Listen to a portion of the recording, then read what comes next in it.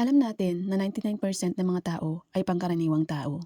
Ang pangkaraniwang tao ay natural na may pangkaraniwang pananaw, pag-iisip, paniniwala at mga pattern ng kilos. Kung nais mo lamang mamuhay ng simple at walang partikular na ambisyon o mithiin, maaring hindi mo makita ang anumang mali rito. Ngunit para sa isang taong tunay na nais baguhin ang kanilang buhay, makalaya mula sa maliit na siklo, muling isilang at tumaas mula sa karamihan, lumilitaw ang tanong, tama ba talaga ang kinagisnang pananaw ng nakararami? Kung susundan mo ang parehong landas, magbabago ba ang iyong kapalaran? Sa katunayan, kung ating pagninilayan ang ating paulit-ulit na pagkabigo at pakikibakas sa buhay, makikita natin na ang tunay na kalikasan ng mga bagay ay madalas na kabaligtaran ng pinaniniwalaan ng nakararami. Mapapansin mo na kung mas sinusubukan mong maiwasan ang pagkakamali, mas marami kang nagagawang pagkakamali.